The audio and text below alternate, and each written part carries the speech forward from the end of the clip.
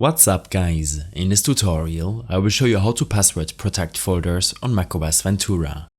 This should be quite an easy tutorial. For more information, click on the first link in the description below. First, make sure to locate the file or folder you wish to password protect, in this case a folder on my desktop. Next, open up your disk utility application. Simply search for disk utility in your Spotlight search to open it up.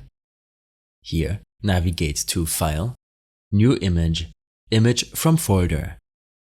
This will allow you to choose the folder or file in your Finder. Click on Choose. Next, enter the name of the protected folder, where to save it, and most importantly, set the encryption option to 128-bit AES encryption or 256-bit AES encryption. For most users, the first encryption option should suffice. You will be prompted to enter a password for your new file. Lastly, set the image format to read-only or read and write, depending on how you want to protect your files. For most users, setting this to read and write will make most sense, as you can still edit or delete your files later on. Click on Save, which will take a couple of seconds to create the file.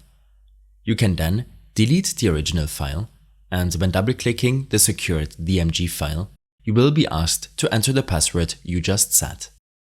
A new file will be created, allowing you to access the locked files. When you're done, you can simply eject the folder and keep the encrypted file on your Mac. In case you have any further issues or problems following this tutorial, then I suggest following my extensive guide linked in the description below. I hope this helped you out. Leave a comment if you have any questions, and see you in the next one.